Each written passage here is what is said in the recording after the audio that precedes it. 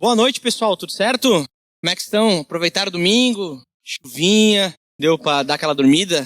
Eu sei que lá em casa a gente passou o dia inteiro no sofá. Eu espero que vocês tenham aproveitado bem para descansar, e até mesmo porque já é início de ano, né? 2024. Estamos no início do ano, acredito que muitos daqui tiveram férias. Então dá para eu falar 3 horas a fio que ninguém vai dormir, ninguém vai ficar com sono.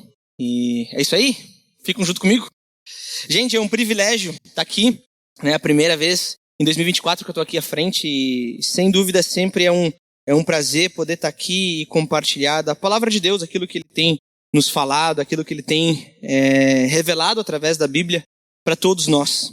E também é sempre muito bom estar aqui louvando a Deus, né? Estava ali atrás, no meio do louvor, e estava maravilhado, ouvindo todos cantar, a igreja inteira cantando e louvando a Deus, porque Ele é digno de toda a honra e toda a glória.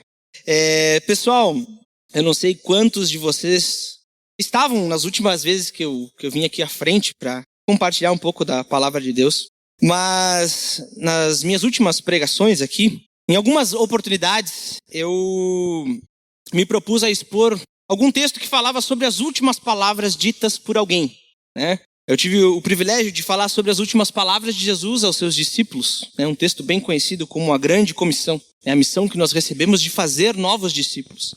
Também pude falar sobre as últimas palavras de Josué às 12 tribos de Israel, assim que eles recém conquistaram a terra prometida. Aquele último discurso, que é um texto tão importante, era o texto do meu casamento com a Nath, né? E me parece que as últimas palavras que alguém profere, né, as últimas palavras ditas por alguém, direcionadas seja a um indivíduo ou a um grupo de pessoas, elas são aquelas palavras que estiveram sempre no coração e na mente daquele que está dizendo aquelas palavras. Parece que aquela pessoa estava rodeada por aquelas palavras e sempre segurou dentro do coração para chegar então o exato momento para dizer àqueles que estão ouvindo. A gente pode dizer que essas palavras sempre estiveram no coração e durante toda a peregrinação, e por que não dizer, durante toda a missão. Aliás, quando Jesus fala as últimas palavras aos seus discípulos, fica nítido que toda a sua caminhada era para que a gente fizesse aquilo. Fazer novos discípulos de Cristo, batizando e ensinando-os em nome do Pai, do Filho e do Espírito Santo. O que quero dizer é que as últimas palavras de uma pessoa, seja numa despedida, quando alguém vai para outro país, vai morar em outra cidade, ou seja até mesmo em face da morte. As últimas palavras, elas são palavras normalmente escolhidas a dedo. A gente escolhe essas palavras para dizer e parece que elas refletem uma sinceridade do coração de quem está falando aquelas palavras, como se a gente estivesse olhando por uma janela diretamente para o coração daquela pessoa. Parece que tudo aquilo que estava guardado há tanto tempo sai para fora com toda a sinceridade, com toda a transparência possível, né? E quanto mais nós nos aproximamos dos nossos últimos dias, a gente começa a escolher melhor as nossas palavras, né? Com o passar do tempo, a gente vai falando menos, vai escutando mais. E aquilo que a gente vai falando, a gente não quer jogar palavras ao vento. A gente quer que as palavras sejam oportunas. A gente não gasta o nosso tempo com palavras banais, mas a gente quer investir os nossos discursos, as nossas palavras naquilo que é verdadeiramente essencial. E é pensando nessa ótica das últimas palavras de alguém, no último discurso de alguém, nas palavras mais importantes que alguém quer comunicar aos seus ouvintes, é que a gente vai estudar de novo as últimas palavras de um personagem bíblico tão conhecido. Hoje que a gente vai meditar nas últimas palavras do rei Davi, dirigidas não somente ao seu povo, não somente ao seu filho Salomão, mas principalmente as últimas palavras de Davi direcionadas para Deus. E aí eu queria convidar vocês a abrir as suas Bíblias em 1 Crônicas 29, para a gente entender um pouco mais dessas últimas palavras de Davi. 1 Crônicas 29, do versículo 10 até o versículo 20. E diz assim: Davi louvou a Deus na presença de toda a Assembleia, dizendo: Bendito seja, ó Senhor, Deus de Israel, nosso Pai, de eternidade a eternidade. Teus, ó Senhor, são a grandeza, o poder, a glória, a majestade e o esplendor, pois tudo o que há nos céus e na terra é teu. Teu, ó Senhor, é o reino, tu está acima de tudo. Riqueza e a honra vêm de ti, tu dominas sobre todas as coisas. Nas tuas mãos estão a força e o poder. para exaltar e dar força a todos. Agora, nosso Deus, damos-te graças e louvamos o teu glorioso nome. Mas quem sou eu e quem é o meu povo para que pudéssemos contribuir tão generosamente como fizemos? Tudo vem de ti e nós apenas te demos o que vem das tuas mãos. Diante de ti somos estrangeiros e forasteiros, como os nossos antepassados. Os nossos dias na terra são como uma sombra sem esperança. Ó Senhor, nosso Deus, toda essa riqueza que ofertamos para construir um templo em honra ao teu santo nome vem das tuas mãos, e toda ela pertence a ti. Sei, ó meu Deus, que sondas o coração e que te agradas com a integridade. Tudo o que dei foi espontaneamente e com integridade de coração. E agora vi com alegria, com quanta disposição o teu povo que aqui está tem contribuído. Ó Senhor, Deus de nossos antepassados, Abraão, Isaque e Israel, conserva para sempre esse desejo no coração do teu povo e mantém o coração deles leal a ti. E dá a meu filho Salomão um coração íntegro para obedecer aos teus mandamentos, aos teus preceitos, aos teus decretos, a fim de construir este templo para o qual fiz os preparativos necessários. Então Davi disse a toda a assembleia: louvem o Senhor, o seu Deus. E todos eles louvaram o Senhor, o Deus de seus antepassados, inclinando-se e prostrando-se diante do Senhor e diante do rei. Senhor, nosso Deus, nós entregamos esse momento nas tuas mãos, que o Senhor fale a nós. Senhor, transforma o nosso coração e que somente a ti possamos dar glórias, podemos render honras, porque somente o Senhor é digno de tudo isso. Oramos a ti, Pai, com o coração agradecido pelos teus grandes feitos, por quem o Senhor é, pelo teu caráter sem falhas, porque o Senhor é todo poderoso, o Senhor é soberano sobre os céus e sobre a terra. Louvamos a ti em nome de Jesus Cristo, nosso Senhor e Salvador. Amém. 1 Crônicas e 2 Crônicas, assim como 1 Samuel e 1 e 2 Samuel e 1 e 2 Reis, eles com esses livros eles contam a história do povo de Israel. Porém, os enfoques de cada livro eles são um pouco diferentes. Principalmente quando a gente fala de 1 e 2 Crônicas, o foco, talvez um dos focos principais é falar sobre as obrigações dos sacerdotes e dos levitas.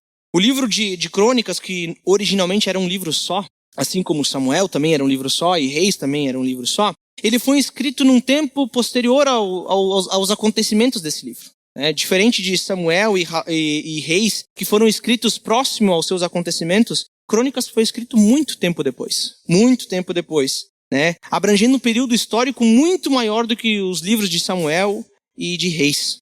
Se vocês lerem 1 Crônicas desde o início, vocês vão ver um mar de genealogias. Muitas pessoas até negligenciam a leitura de Crônicas, não querem ler Crônicas como se fosse um livro chato, porque ele começa falando de genealogias. Basicamente é uns 10 capítulos falando de genealogia e de como os sacerdotes devem servir no templo. Ele começa desde Adão, passa por Noé, Abraão, Isaque, Israel, passa por Moisés, Saul, Davi, Salomão, chegando até mesmo num período pós-exílico, até lá Zorobabel, passando até 2 gerações seguintes.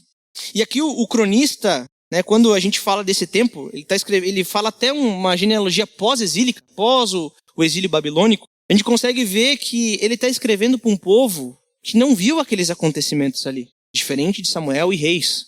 Ele está escrevendo para um povo muito à frente, lá por volta dos anos 480, 460 a.C., com o objetivo de justamente relembrar esse povo de quem é o seu Deus, das suas responsabilidades e necessidades como povo de Deus, principalmente sacerdotes e levitas, com um forte apelo à aliança davídica, onde Deus promete para Davi que então um descendente dele iria reinar eternamente e seria chamado Filho de Deus, o Messias prometido.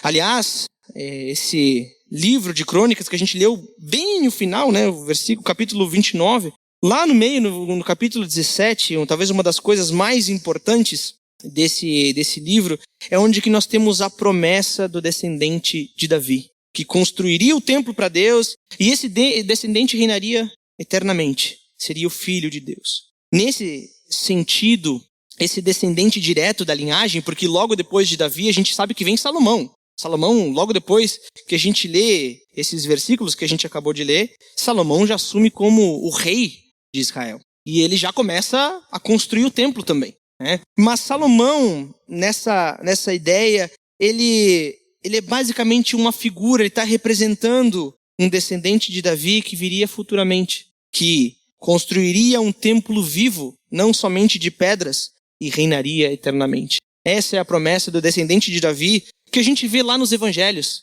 Tantas pessoas passam por Jesus e eles olham para Jesus e eles falam: ei, descendente de Davi, filho de Davi. Quando eles falam isso é justamente pegando essa figura, o filho de Davi, o descendente de Davi que reinaria eternamente. E aí, durante todo esse livro, o cronista ele vai falar de algumas vitórias de Davi, algumas derrotas, vai falar sobre o recenseamento do povo, a punição por causa desses atos de Davi, vai falar sobre os preparativos para a construção do templo, né? Davi vem preparando várias coisas, vem juntando riquezas, a gente vê toneladas de ouro que Davi vai guardando, toneladas de prata, os sacerdotes mostrando como deve ser o procedimento no templo, como os levitas devem proceder, né? E a gente vê tudo isso acontecendo no livro de Crônicas. E a gente chega no exato momento onde que Davi, ele entrega as suas ofertas para a construção do templo e ele convoca o povo a fazer as suas ofertas para que esse templo seja construído. Logo ali no capítulo 29, um pouquinho antes, a gente leu do 10 até o 20, mas até o versículo 9, aparece o povo entregando as suas ofertas espontaneamente diante de Deus para a construção daquele templo. É nesse exato momento que a gente chega nesse texto que a gente leu, nas últimas palavras de Davi. E quando a gente lê, quando a gente escuta esse discurso de Davi, o que nos chama a atenção logo de cara e que fica assim nítido pra gente é que se trata nada mais, nada menos do que uma oração. Davi está ali diante de todo o povo, diante de seu filho Salomão, que vai assumir no seu lugar, e ele está orando. Inclusive, é até uma bela expressão de louvor, né? A gente acabou de louvar a Deus cantando, mas isso aqui certamente poderia ser tratado como uma música de louvor a Deus, porque realmente ele exalta, ele adora quem de fato Deus é. O Senhor Todo-Poderoso, Senhor sobre os céus e sobre a terra. E assim como outros inúmeros salmos de Davi, eu não sei se vocês sabem, mas Davi compôs vários salmos, ele era um ótimo músico, inclusive. Assim como vários salmos, a gente pode ver aqui, nesse texto, nesse último discurso, nessa última oração de Davi, o como ele nos ensina a orar. Como ele nos ensina a orar, né? E é isso tudo através da própria oração dele, da própria oração. Perceba que logo no início aqui, Davi não mede esforços para exaltar o nome de Deus e antes mesmo de pedir qualquer coisa, Davi olha para Deus, exalta a sua grandeza, bendizendo-o com todo o seu coração. Olha o que diz no versículo 10. Davi louvou o Senhor na presença de toda a assembleia, né? E quando fala toda a assembleia, é todo o povo reunido ali, né? E isso acontece porque Davi, ele tinha esse desejo no coração de construir um templo. Davi, ele construiu o seu palácio, e aí ele tá lá, isso acontece tudo lá no capítulo 17. Davi construiu o seu palácio, e ele fala, tá, mas aí Deus está ainda numa tenda, né? Eu tenho que construir um templo para Deus, né? Todo esse desejo, ele vem exatamente nesse exato momento, né? E Davi, logo na sua oração, no seu discurso perante todo o povo, ele começa dizendo, bendito seja, ó Senhor, Deus de Israel, nosso Pai, de eternidade a eternidade. E Davi não mede esforços. Antes de começar a falar qualquer coisa, de colocar suas angústias, de colocar seus desejos, seus pensamentos, a primeira coisa que ele fala, Deus, tu és soberano, bendito seja o teu nome, tu reina de eternidade a eternidade. Ninguém é como o Senhor, né? E uma coisa que é de se imaginar, né? Por causa que hoje a gente tem muitas tecnologias, mas naquela época, não sei se vocês sabem, mas não tinha marca-texto, não tinha canetinha, não tinha lápis de cor, não tinha essas coisas, né? E quando alguém ia escrever, como o cronista está escrevendo aqui, ele não tinha um computador, um Word, né? Para botar em negrito, né? Botar um sublinhadinho, itálico, não tinha essas ferramentas. E aí, quando alguém queria destacar alguma coisa, queria falar, não, eu tenho um discurso inteiro, mas eu quero destacar as coisas que são importantes. O que ele fazia? Se ele não tem outros recursos, não tem como deixar de outra cor, né? Então, quando alguém vai escrever ou até mesmo ensinar alguma coisa nos tempos antigos, para algo fixar e mostrar a centralidade de algo, se usava da repetição. Repetição. Então, sempre que vocês até ajuda bastante para a gente entender o que a Bíblia ensina, quando vocês pegarem um texto bíblico e vocês verem uma coisa se repetindo várias vezes, é porque o cara que está escrevendo, ele fala, isso aqui é muito importante. Então vocês têm que dar atenção para isso, que eu estou repetindo várias vezes. E com Davi não é diferente. É uma oração. E Davi repete várias vezes algumas coisas, algumas palavras, né? Até mesmo uma ideia que ela permeia, assim, quase todas as suas frases. Ele fala uma frase e parece que não, ele está repetindo de novo a mesma coisa, com outras palavras. E a gente pode dizer que ele está fazendo isso mesmo, não tem problema. Mas é justamente para dar atenção, para que a gente, quando lê, a gente olhe para isso e fala, não, é essa que é a importância, é isso que Davi quer destacar. E quando a gente vê essa oração de Davi, eu até vou ler de novo um trechozinho para ver se vocês pegam, tá? O que Davi está repetindo várias vezes, fica com isso na cabeça. Repetição, tá? Então a gente vai ler dos versículos 11 até o versículo 16. Eu vou ler aqui bem pausadamente para ver se vocês pegam, tá? E aí Davi está dizendo assim, ele disse, bendito sejas, ó Senhor, Deus dos céus e da terra, nosso Pai, de eternidade a eternidade. Versículo 10. E agora, no versículo 11.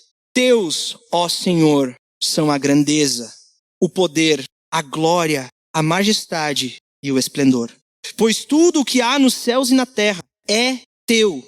Teu, ó Senhor, é o reino. Tu estás acima de tudo. A riqueza e a honra vêm de ti. Tu dominas sobre todas as coisas. Nas tuas mãos estão a força e o poder, para exaltar e dar força a todos. Agora, nosso Deus, damos-te graças e louvamos o teu glorioso nome. Mas quem sou eu e quem é o meu povo para que pudéssemos contribuir tão generosamente como fizemos?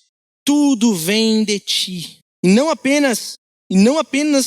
apenas te demos o que vem das tuas mãos. Diante de ti somos estrangeiros e forasteiros como os nossos antepassados. Os nossos dias na terra são como uma sombra sem esperança. Ó Senhor nosso Deus, toda essa riqueza que ofertamos para construir um templo em honra ao teu santo nome vem das tuas mãos e toda ela pertence a ti. Vocês conseguiram pegar o que Davi vai repetindo? A palavra ou o termo, a ideia que ele está transmitindo aqui? Davi repete várias vezes, teu, pertence a ti, vem de ti, tudo é teu, tu és soberano sobre todas as coisas. Davi repete e repete, tudo é teu. Aquilo que nós te demos vem de ti, não vem de nós, vem de ti, é teu. E isso nos levanta algumas perguntas, porque se toda a grandeza, o poder, a glória, a majestade e o esplendor pertencem a Deus, se tudo isso pertence a Deus, quem somos nós para reivindicar alguma coisa diante de Deus? Quem somos nós? Se tudo que há nos céus e na terra pertencem a Deus, nós somos donos do quê? Se tudo pertence a Deus, se a riqueza e a honra, se a força e o poder para exaltar e dar força a todos pertence a Deus, o que nos resta? Se tudo vem do Senhor, que mérito eu e você temos? Que mérito? Isso, em outras palavras, quer dizer que, sabe aquele seu carro que você pagou em diversas prestações? Aquele carro não pertence a você, pertence a Deus. Sabe aquela casa que você trabalhou a vida inteira para ter, que você construiu com o suor do seu rosto? Aquela casa não pertence a você, ela pertence a Deus. Sabe o seu trabalho que você teve anos de estudo, várias especializações, se formou, fez pós-graduação, mestrado, doutorado e conquistou aquela vaga de emprego? Aquela vaga não é sua. Aquele trabalho não é seu, pertence a Deus. Sabe a sua família, que você dedica tanto tempo para estar em família e cuidar daquela família? Aquela família também não é sua. Ela pertence a Deus. O dinheiro que você juntou por tantos anos para aplicar aonde for, ele não pertence a você, ele pertence a Deus. A sua salvação também não pertence a você, porque foi Deus quem te deu a sua salvação. Os seus dons e talentos também não foram conquistados por vocês, nem por mim. Eles foram conquistados por Deus e foram dados gratuitamente por Deus. gratuitamente por Deus. Essas coisas, se de alguma forma essas coisas estão sobre o nosso cuidado, naquela ideia de mordomia, onde que existe um dono e nós somos mordomos disso tudo, nós cuidamos para aquele que é o nosso Senhor, é porque Deus assim o quis. E não porque você conquistou com a sua forte mão, mas é porque Deus quis te dar. Porque Ele quis te dar. Não é porque nós fizemos alguma oração poderosa e que chegou a mudar a mente de Deus. A gente orou tão forte, assim, oramos 7 horas a fio, ficamos vários dias sem tomar água, sem comer, e isso chegou a mudar a opinião de Deus. Não, gente, não. Nós não convencemos a Deus a mudar de opinião. Não é a nossa oração que muda a vontade de Deus, porque nas mãos dele estão a força e o poder para exaltar e dar força a quem ele quiser, a quem ele quiser. E o interessante é que se vocês pararem para pensar nessa oração de Davi, e se vocês sabem da história de Davi, vocês sabem que nesse exato momento, Davi não é um pobre coitado. Ele não é alguém fraco, ele não é alguém pobre. Ele é o rei de Israel. Ele está na frente de todo o povo, ele manda e desmanda, a hora que ele quiser. E aí Davi está diante de todo o povo, diante de todas as pessoas, diante do seu filho, dizendo que tudo pertence a Deus. Ele inclusive usa o termo, teu é o reino. E antes nós cantamos aqui, quando eu estava escrevendo essas coisas, eu estava lembrando exatamente da música que nós cantamos, de Só Tu és Santo. Ele diz, teu é o reino, a glória para sempre. Teu é o domínio, o poder para sempre. Amém. E parece que é a mesma coisa que Davi está dizendo aqui. Teu é o reino, tuas são todas as coisas. Vocês concordam que Davi podia dizer que tudo aquilo que ele recém tinha ofertado lá para a construção do templo, ele podia dizer assim, perante todo o povo, para se gabar e dizer assim, gente, olha só, nós conquistamos várias coisas, nós vencemos várias guerras, juntamos muitas riquezas, muitos tesouros para dar para Deus. Davi podia falar todas essas coisas, mas ao contrário, ele diz que tudo pertence a Deus e que tudo veio dele. Ele não impõe mérito sobre si mesmo, ele não coloca sobre os seus ombros dizendo que ele conquistou aquelas coisas, mas que o próprio Deus conquistou elas por ele, por eles. O mérito todo é de Deus, somente dele, somente dele. E isso tudo aponta para um outro termo que ele até se repete também e que está intimamente ligado com essas questões de tudo é teu, tudo pertence a ti, tudo vem de ti. E se a gente olhar nos versículos 11 e no versículo 12, Davi vai falar as mesmas coisas. Olha o que ele diz no finalzinho do versículo 11. Teu, ó Senhor, é o reino. Tu estás acima de tudo. No versículo 12, ele fala, nas tuas a riqueza e a honra vêm de ti. Tu dominas sobre todas as coisas. Sobre todas as coisas. Tudo pertence a Deus porque Ele está acima de todas as coisas. Ele criou todas as coisas. E aí quando a gente volta lá no versículo 10, que ele fala de eternidade, a eternidade, a gente vê o porquê que Deus é soberano sobre todas as coisas. Porque antes de tudo existir, Deus já era Deus. Deus já era Deus. Ele criou todas as coisas, ele fez tudo existir. Ele não é um ser criado. Ele é diferente de tudo. Diferente de tudo, acima de tudo. Nada se compara a ele. Nada se compara. De eternidade a eternidade, tu és Deus. Tu és Deus. E essa consciência a respeito de um Deus todo-poderoso que pode acabar com a nossa vida assim num estalar de dedos, né? Num piscar de olhos. Essa consciência, ela podia aterrorizar Davi. Davi podia ficar ansioso, ficar preocupado, porque se a vida dele não está sobre o seu controle, se todo o seu reino não está sobre o seu controle, mas nas mãos de Deus, toda a vida é uma incerteza. A gente podia ficar preocupado, mas a questão é que não é isso que acontece.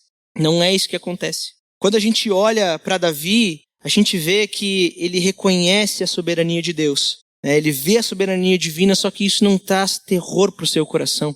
Traz uma outra coisinha que às vezes a gente confunde. Traz temor ao coração de Davi. Porque terror é quando a gente fica com medo, a gente fica paralisado, a gente não quer fazer nada, a gente tem medo até da mosca que corre na nossa frente. Mas Davi tem temor. E o que é o temor? É quando alguém sabe que Deus é todo poderoso e que Ele pode nos fazer virar fumaça a qualquer instante. Só que ao invés de ficar com medo, Davi deposita a sua confiança em Deus. Sabe esse Deus que tem poder para fazer todas as coisas? Davi se entrega para esse Deus. Davi reconhece esse Deus. Ele se prostra diante de Deus e diz: olha, tudo pertence somente a Ele. Eu não sou nada, eu sou simplesmente um servo. E aí que vem a questão. Um coração piedoso, ele não se aterroriza diante da soberania de Deus. Um coração piedoso, um coração que reconhece quem Deus é, ele teme, ele se rende, ele confia e ele adora a Deus. Ele adora a Deus, o Deus Todo-Poderoso. E é isso que Davi faz. Porque quando a gente olha no versículo 13, no finalzinho ali da primeira parte da oração, ele diz: agora, nosso Deus, damos-te graças e louvamos o teu glorioso nome. Ele sabe quem Deus é, ele sabe o seu poder e ele louva a Deus. Ele louva. E veja que Davi continua a sua oração, após exaltar a soberania de Deus, ele olha para a sua própria pequenez, para a sua própria miséria e para a miséria do seu povo também, para a pequenez do seu povo. E parece que tem um contraste, porque Deus é todo poderoso e o povo não é nada.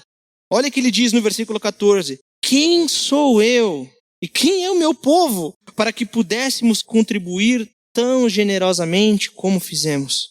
Quem sou eu? Diante de um Deus todo-poderoso, quem sou eu? Diante de um Deus que criou os céus e a terra, o que eu sou? Davi fica tão maravilhado ao contemplar a glória de Deus e o poder de Deus, que quando ele olha para si mesmo e para as suas obras, o que lhe resta é justamente se humilhar, se prostrar diante do Rei dos Reis, do Senhor dos Senhores, que lhe concedeu todo o necessário para que ele pudesse contribuir para a construção daquele templo. Davi deu muitas riquezas. A gente vê os capítulos anteriores, Davi dá toneladas de ouro, dá toneladas de prata. Ele fala: eu não sou nada, quem sou eu para entregar alguma coisa para Deus? Porque tudo vem de ti. Quem sou eu? E é nesse ponto que a gente vê como Davi nos mostra o objeto das nossas orações. Não é um agrado ao nosso coração, mas o objeto das nossas orações é o Senhor. É Deus. O objetivo da gente orar é para Deus. Não é para a gente. Não é por causa das nossas situações, mas é por causa de Deus. Eu não oro para ser curado. Eu não oro para conseguir um emprego. Eu não oro pelo bem-estar da minha família. Eu não oro pela minha própria autoestima. Eu oro para a glória de Deus. Para a glória exclusiva de Deus. Em outras palavras, Davi está dizendo: louvado seja o nome de Deus, porque tudo pertence ao Senhor. Tudo pertence ao Senhor. Nada do que eu tenho, do que eu dou, do que eu recebo é meu, é de Deus. Tudo pertence ao Senhor. Davi confessa, inclusive, ele diz: Senhor, até o que nós estamos ofertando é obra das tuas mãos. Até o que a gente está dando para Deus é obra das mãos dele. Olha o que diz ali no final do versículo 14. Tudo vem de ti, e nós apenas te demos o que vem das tuas mãos. O que vem das tuas mãos. No versículo 16 ele continua, ele repete de novo. Lembrem, é muito importante as repetições. Ó Senhor, nosso Deus, toda essa riqueza que ofertamos para construir um templo em honra ao teu santo nome, vem das tuas mãos. E toda ela pertence a ti. Toda ela pertence a ti. E não somente aquilo que se dá, não somente aquilo que se serve, porque os sacerdotes, os levitas vieram há bom tempo se preparando para trabalhar naquele templo. Então a gente está falando de ofertas, a gente está falando de serviço, a gente está falando de um monte de coisa que é dedicada, dada a Deus. Mas aqui Davi não está se referindo só ao que se oferta a Deus, aquilo que se entrega diante de Deus, mas inclusive a intenção do coração. O ponto não é só fazer, não é só servir, não é só contribuir para o Senhor. Porque a gente podia fazer isso com a cara emburrada, cara fechada. Fazer só por obrigação, para cumprir uma cartilha de regras. Porém, o que Davi se refere é ainda mais profundo do que algo meramente externo e visível. Porque nós vemos algo diferente lá na época de Jesus, nos fariseus, onde que eles fazem várias coisas, mas o seu coração está longe de Deus. E Jesus vai condenar essas atitudes. Porque não é só o fazer, não é só o servir corretamente, mas é o porquê que eu faço isso. Isso importa muito. Para Deus importa muito o porquê que a gente faz e da maneira com que a gente faz. É algo que está dentro do coração. E assim como Davi, até para a gente servir, até para a gente ofertar, até para a gente fazer algo para Deus, nós precisamos que Ele faça por nós. Até para isso. Porque Davi, ele bate nessa tecla. Aquilo que a gente está te dando vem de ti, não veio. Não conquistei. Nós necessitamos da graça de Deus. E a gente vê isso também no Novo Testamento, quando a gente lê lá em Filipenses 2:13. Paulo vai falar a mesma coisa. Pois é Deus quem efetua em vocês tanto o querer como o realizar, de acordo com a boa vontade dele. Então é tanto querer, tanto a vontade, o desejo correto de servir a Deus, de contribuir para a sua obra, como também o fazer. Tudo é Deus que faz por nós. E é sobre isso que, no final desse texto aqui, é sobre isso que Davi se alegra. O seu coração se enche de alegria por justamente ver outros com esse desejo sincero, intenso por servir e contribuir a Deus. Essa é a alegria de Davi, de ver corações transformados que anseiam por contribuir, por servir ao Senhor. Sabe aquela alegria que a gente tem quando a gente vê as pessoas aqui no nosso meio e elas, poxa, eu quero fazer isso para Deus, e tu fica, que legal, cara. Que a gente fica alegre por ver os outros querendo servir a Deus. E Davi se alegra da mesma forma. Ele vai falar, Deus, eu sei que tu se agrada da integridade de coração e eu contribuí espontaneamente e com integridade de coração, mas me alegra ver que todo o povo fez o mesmo.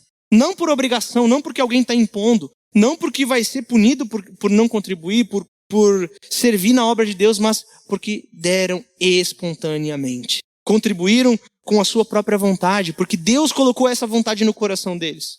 Porque Deus fez isso. E é só então no final da oração que Davi pede alguma coisa para Deus. É só no final. A gente leu aqui 10 versículos e é só no versículo 18 que Davi pede alguma coisa. Só no versículo 18. O seu pedido, e ainda mais, né? Ele pede alguma coisa, mas o seu pedido está inundado da consciência, da percepção de que tudo pertence ao Senhor. Ele sabe que tudo é de Deus. Ele sabe que tudo vem dele. E é por isso que ele ora. É por isso que ele confia em Deus. E olha o que ele diz nos versículos 18 e 19.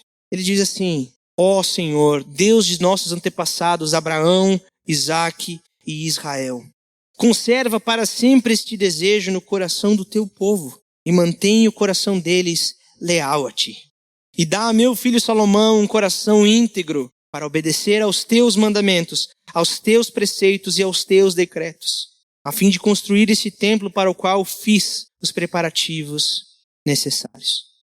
Em suas últimas palavras, que Davi diz a Deus, né, nas últimas palavras que Davi direciona a Deus, ele ora pelo seu povo e pelo seu filho. Ele não ora por si mesmo, ele ora pelos outros. Ele ora pelos outros. E em ambos os casos, o seu desejo é que Deus conserve eles fiéis.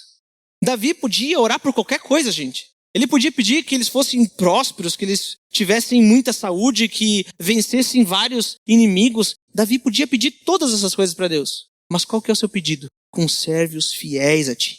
Os conserve fiéis a quem o Senhor é, aos teus preceitos, aos teus mandamentos. Essa é a oração.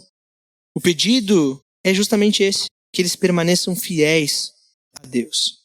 E se a gente prestar atenção, Davi não está falando com o povo diretamente. O povo está tudo ali. Salomão está ali no lado dele. Mas Davi não fala para eles diretamente. Davi fala para Deus. Davi podia chegar, pessoal, olha aqui, tem esses mandamentos, sigam todos eles. Façam isso aqui. Ele podia, Salomão, as coisas que eu te ensinei, segue tudo que eu te falei. Mas ele sabe que eles não são capazes. Ele ora para Deus, diz, Deus, conserva eles fiéis. Conserva esse povo fiel a ti, que ele não se afaste de ti. Porque tudo pertence ao Senhor e está nas mãos dele. Tudo, a força e o poder para exaltar e dar força. Tudo pertence ao Senhor. O seu desejo é que eles permaneçam firmes e fiéis. E Davi tem a certeza de que nada se compara a quem Deus de fato.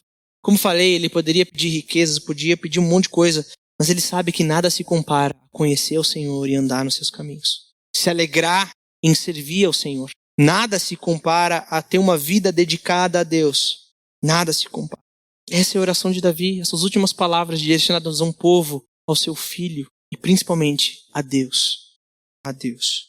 E é pensando nessas coisas que eu gostaria de deixar aqui algumas aplicações e questionamentos para que a gente possa meditar em casa e justamente aplicar no nosso dia a dia. Então, se você tem alguma coisa para anotar, eu até inclusive tenho alguns desafios, mas anota para que possamos aplicar isso no nosso dia a dia.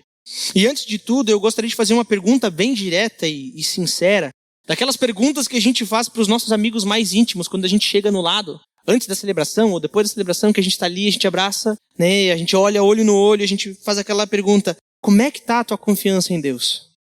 Como é que está a confiança de vocês em Deus? Porque é nítido, é perceptível como Davi confiava em Deus. Davi está aqui no final da vida, está assim nos seus últimos dias. Ele ora a Deus, ele confia em Deus, ele declara: Deus, tudo é teu, cuida desse povo para que eles andem nos teus caminhos. Ele tem a consciência que tudo pertence ao Senhor. E a pergunta é para nós: como está a nossa confiança em Deus? Porque Davi confiava. Como está a nossa confiança em Deus? Uma segunda questão é sobre oração. Porque, como eu comentei lá no início, isso aqui é uma oração, é um discurso, mas ao mesmo tempo é uma oração de Deus e de Davi a Deus. E queria perguntar: as suas orações, elas são parecidas com as orações de Davi? Dá uma lidinha assim, rapidinha, do 10 pode ser até o 13. Quando você vai lá no seu quarto, com a porta fechada, e você ora a Deus, você ora assim. Você ora assim. Porque Davi está nos ensinando a como a gente tem que orar e conversar com Deus. A gente sabe que Deus é nosso amigo, a gente sabe que Deus é nosso pai, mas Deus é soberano sobre todas as coisas. Não é qualquer um. Não é. E eu gostaria de deixar alguns desafios aqui, para ser mais exato, 2 desafios, para a gente poder aplicar durante a semana. No último domingo, na semana passada, né? O Roger esteve aqui na frente e ele pôde falar sobre a supremacia, a suficiência das Escrituras para nos guiar no caminho de uma vida de fé. E a gente viu, ele até expôs aqui alguns dados de pesquisa sobre os benefícios da gente ler continuamente, diariamente a palavra de Deus. Se a gente lê uma vez por semana, acontece isso. Se lê 2 vezes por semana, né? E quando as pessoas leem todos os dias, a vida das pessoas acaba mudando. Não por força delas, mas porque a palavra de Deus vai nos enchendo. E unido a isso, eu queria convidar a você a ter uma vida constante de oração. Porque nas últimas palavras de Davi, ele escolhe orar, separando um tempo diário para fazer isso. E aí, eu queria que você assumisse o compromisso. Não só quando bater a porta, eu vou embora, fingir que o Ariel não falou nada lá na frente, né, e tanto faz. Mas eu queria que você assumisse um compromisso pessoal, talvez com o seu grupo célula, com o seu discipulador, ou até mesmo com a sua própria família, em casa. Por que não? De se encorajarem diariamente. E também, não só se encorajar, mas prestar contas. Uns para com os outros, nos próximos dias, próxima semana ou nas próximas semanas, sobre o seu tempo de oração. Assuma esse compromisso com a sua família, com seus amigos, irmãos em Cristo, discipuladores, discipulandos, né? E o objetivo disso é justamente para que a gente tenha uma vida constante de oração, de leitura da Bíblia, mas também de oração, de conhecer a Deus, de se entregar a Ele, de colocar os nossos pedidos a Deus. Porém, não é só esse desafio. E é um desafio talvez um pouco mais exigente. Tendo o exemplo, a própria oração de Davi, eu queria colocar aqui um outro desafio sobre esse do compromisso de a gente se cobrar uns aos outros, da gente se incentivar uns aos outros a orar. E eu vou dar um exemplo aqui, né? Vamos dizer que você assuma o compromisso de 10 minutos por dia você orar, durante uma semana. Todos os dias a gente vou sentar, vou orar, e esse é meu compromisso, 10 minutos por dia. Vocês concordam que 10 minutos é pouca coisa perante 24 horas. Não é uma coisa absurda, né? Pode ser menos, ou pode ser mais, dependendo do seu tempo e da sua disposição. Mas se você assume um compromisso de orar 10 minutos por dia, né? Pegando como exemplo aquilo que Davi está orando aqui. Eu queria te deixar uma ordem para você orar, bem simples. Desses 10 minutos, os 4 primeiros minutos, ou seja, 40% desse tempo, você separa, primeiramente, para adorar a Deus. Porque é um pouco diferente, às vezes a gente senta para orar e a gente fala: não, quero colocar todos os meus pedidos, estou angustiado, quero orar para Deus, quero que Ele resolva todos os meus problemas. E a gente tem que lembrar que Deus não é um gênio da lâmpada, a gente não esfrega e Deus responde. E pegando o exemplo de Davi aqui, ele gasta várias palavras aqui, louvando, bendizendo a Deus, adorando a Deus. Então, quando começar a sua oração em casa, nesse compromisso que você estabelecer, ou seja lá quem for, separa os primeiros 40% da sua oração, do seu tempo de oração, precisa cronometrar, né? Mas eu digo, né, como base, para adorar a Deus. Para adorar pelo aquilo que Ele fez por você, aquilo que Ele fez em toda a história. Adore a Deus.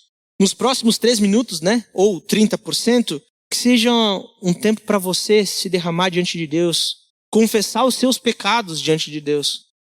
Confessar os seus pecados diante de Deus, derramar o seu coração para Deus. E por fim, aí sim, nos últimos 3 minutos, ou os últimos 30%, aí você pede para Deus. Aí você coloca os seus pedidos, os pedidos da sua família, do seu grupo célula, dos seus amigos, mas cumprindo essa ordem. Eu não estou obrigando vocês a fazer nada, tá? Mas eu queria deixar esse desafio para a gente ver como é que é difícil a gente adorar a Deus nas nossas orações. E para a gente começar a mudar aquilo que está dentro do nosso coração, porque a oração, de novo, ela não é para a gente, ela é para Deus. É para a glória de Deus. E que assim como Davi, que as nossas orações nos apontem para o soberano Senhor dos céus e da terra, nos fazendo exaltar e adorar o nome dele. Que ao exaltarmos o Senhor, compreendamos a nossa pequenez e insignificância diante de um Deus todo-poderoso, digno de toda honra, toda glória, nos levando a nos derramar, a confessar os nossos pecados, a abrir o nosso coração e nos humilhar diante de Deus. E por fim, que quando a gente se humilhe diante de Deus, a gente derrame o nosso coração para Deus, a gente entregue a nossa vida e a vida de outros nas mãos dele, para que conheçam verdadeiramente o Senhor, Todo-Poderoso sobre os céus e sobre a terra. E algum dia, louvem a Deus de todo o seu coração. Assim como Davi fez. Ele adorou a Deus. Ele se rendeu a Deus. Ele reconhece a sua pequenez. Ele ora por aqueles que ainda vão ficar vivos. Que Davi sabe que estão nos seus últimos dias. E ele ora para que eles sejam fiéis a Deus. Então que as nossas orações sejam assim também. Fica o desafio para a gente aplicar isso durante a semana e buscando ter esse tempo não só de leitura da palavra, mas também de intimidade com Deus, orando e entregando as nossas vidas. Senhor Deus, obrigado por esse tempo, obrigado porque na Tua palavra o Senhor nos deixa inúmeros exemplos de oração, o Senhor nos ensina a orar de fato. O Senhor nos ensina que o Senhor é grande, o Senhor é soberano sobre todas as coisas. E Tu és totalmente outro, o Senhor é diferente de tudo, nada se compara a Ti. Nós Te louvamos, Pai, porque Tu criou os céus e a terra. Nós Te louvamos pelos Teus grandes feitos, Senhor. Porque o Senhor conduz o curso da história até o momento em que o Senhor envia o Teu Filho, Jesus Cristo. O filho de Davi prometido, o descendente de Davi que constrói um templo vivo e que é o Filho de Deus. Nós Te louvamos, Pai, porque no curso de toda a história o Senhor se revelou. O Senhor nos resgatou, o Senhor trouxe a nós a Tua redenção. E que através da Tua redenção o Senhor nos faz santos como o Senhor é santo. Somente o Senhor poderia fazer isso. E é por isso que Tu é merecedor, é digno de toda a honra e toda a glória. Que possamos louvar a Ti todos os dias da nossa vida, Senhor. Que possamos nos deleitar na Tua palavra, nos Teus mandamentos, nos Teus preceitos, Deus. E que a gente não fuja da Tua face. Mas que ao reconhecer o Teu senhorio, a Tua soberania, a nossa reação seja dobrar os nossos joelhos, seja nos prostrar diante do Senhor e entregar a nossa vida aos Teus pés. Senhor, perdoa as nossas falhas, perdoa os nossos pecados, porque muitas vezes nós temos fugido do Senhor, muitas vezes nós temos nos rebelado contra o Senhor. Transforma em nós, Pai. Nos encha do Teu Espírito, Deus, e que venhamos a ser cada dia mais semelhantes ao Teu Filho amado. Que, Pai, a nossa velha vida fique para trás e que vivamos uma vida nova, com novas vestes, Deus, sem pecado, guerreando contra o pecado, contra o inimigo até o último dia, o dia em que o Senhor virá nos resgatar. Oramos por isso, Pai, para que o mundo conheça o Senhor através de nós, não só através do nosso exemplo, Deus, mas também através das nossas palavras. Que nos nossos últimos dias, Senhor, que durante toda a nossa vida nós possamos proclamar o Teu nome, proclamar o Senhor, porque somente o Senhor é soberano sobre todas as coisas. Porque Teu é o reino, Tu é a glória para sempre. Nós oramos a Ti em nome de Jesus Cristo. Amém.